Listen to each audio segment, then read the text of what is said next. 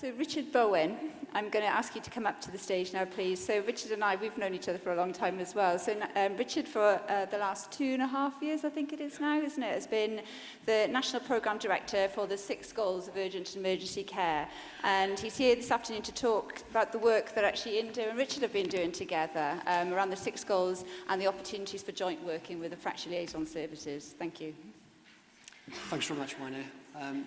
Inda, thank you very much for putting me on after Sally. How can you follow someone like that? It's really difficult, isn't it? So I'm not a clinician. I'm not directly involved in FLS, but I'm here to give you an update and a perspective on my views on some of this. So I probably need to set a bit of context here, because otherwise you'll wonder why I'm up on this stage. It really is a bit worrying otherwise. So look, my background is in urgent and emergency care. I've worked in the health service far too long, I think 33 years now. But over the last several years, I've worked really closely, particularly with colleagues in out-of-hours, ED and WAST. And I see all the good stuff that you guys are doing, and I should probably start by saying thank you for everything that you do. The professionalism that you present to your patients, the way you handle your clinical care is exemplary. And you don't often get thanked enough for all the work that you do. So I'm going to say that up front.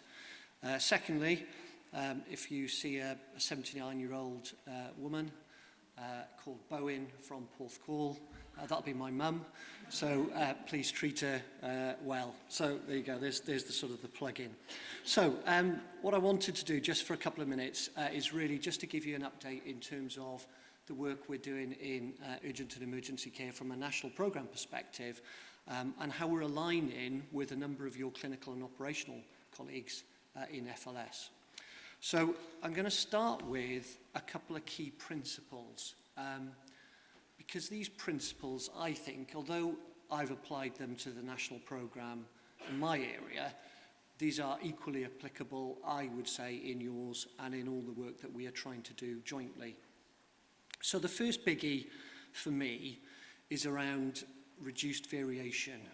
So we've seen from the workshops this morning and from all the discussions that we've had, we've all got slightly nuanced models. I used to work in an R and Bevan. I know we have different nuanced models between north and south. If you work in Betsy, east to west, Hywel Dda, around the patch. So how we get consistency in our service models is really critical. And I'll show you a slide later in terms of how that manifests. But for me, I want to get back to some of the basics and core delivery and around how we deliver these services, not just 5 days a week, but 7 days a week. And we offer that consistent pathway 24/7. So that's where I'm coming from. For urgent and emergency care, we often tend to focus on the challenge facing us here and now. So it's the pressures within the Welsh Ambulance Service, it's handover, it's ED, because that's obvious, it's in our face.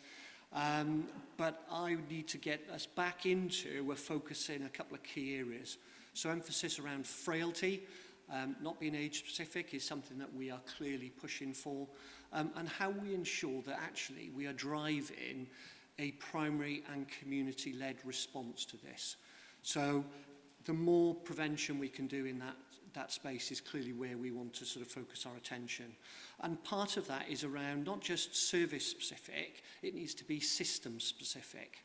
And that's a general theme that I know has come out from this morning around how we work in partnership together, how we work across health and social care. We haven't probably said enough around work around social care, and how we also work with third sector and voluntary sector organisations. So it's been really good to hear the commentary from the Osteoporosis Society. Importantly, alignment between our work. There's 4 national programmes. There's multiple clinical networks that we've established on an all-Wales basis. And bringing those together and the synergies between the clinicians and operational staff working within them is where we've got to be focused over the next couple of years. It's the only way we're going to deliver on some of this. So the impact clearly will be around patient experience and outcome. And from Sally's perspective, and mine, we've put our money where our mouth is. So we've put another £1 million into the system in this financial year. I'm not going to do a grand chaps thing and try and explain where the money goes and everything that goes with that, but it genuinely is additional money this year. And there'll be a point at the end that I'll just need to sort of say. Now, Inda's going to give me a sort of a pull in the moment, but I'm just going to show you a couple of slides and then I'm going to jump to the final one. So some of the evidence that has been shown is really apparent when you look at the profile of patients going through our urgent and emergency care system. So this is a graph that illustrates the waits that we see on the back of ambulance trucks over 60 minutes, 4 hours and 8 hours. And the peak, don't know whether this works, yes it does, is around the 80 to 90-year-old age group. It's quite staggering, isn't it? You look at the profile of some of our waits within our emergency departments. I can cut this any number of ways. And again, you look at the age profile in there of some of those huge numbers over the age of 65, 75 and 85. And you look at the stats, 35% of fractures are preventable, but loads of those are going through our system. 50% of strokes are mimics. There's a huge amount we could do in that space. And for me, some of the really good stuff that's going on at the moment is all the preventative work we're doing within care homes and making sure that we're managing that cohort of patients to stop them even getting in the first place. You know, and that's everything from end of life and frankly also being able to just offer timely senior decision making and or advice. So great stuff going on, particularly when, sorry I should have jumped to this slide, when you look at what we've done just in the last 6 months.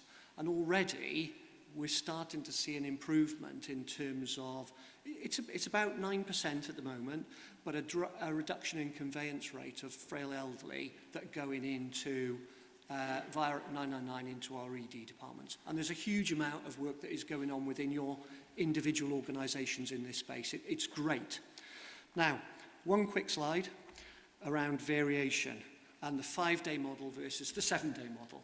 So this is the All Wales position, but we've got similar profiles for each of our health boards. And this is the profile of discharges in the working week versus the weekend. I don't need to tell you where the numbers are in terms of the Saturday and Sunday position.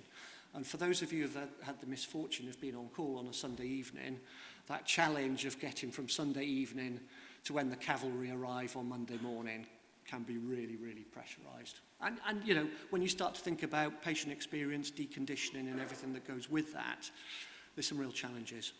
Right, I'm going to jump to the final slide because I'm running out of time. So, for me, a couple of key take-home messages, please. We've invested over £1 million this financial year to get key staff into your services. Please spend it. I saw the requests earlier in terms of what you're doing by way of recruitment. That's great. Get them in. The sooner you can do that, the better. Obviously, will lead to reduced variation. There's no finance colleagues in the room. Thank you, Sally. So get it spent and make sure that resource is in your budget. What we don't want to see happen is 50% or 60% of what we give you go into the budget and then something goes against the bottom line. So we will be auditing it, and you can tell your directors of finances that we'll be tracking the money, so get it spent. Obviously, I'm sure we will see an impact in terms of the service model and service improvement going forward. I won't steal Inda's thunder, but we are looking to ensure we have a consistent all-Wales service model going forward. That's going to be really important. The evidence is clear. You've all sort of seen that today. But the shared learning between us of these types of events is absolutely critical. And let's just look in terms of what we can do to align our various initiatives for acute, high acuity frailty patients. So again, I will finish with the sentiment with what I started the presentation, which is thank you for everything you're doing and all the support that you are giving your patients. Thank you very much. Thank you, Richard.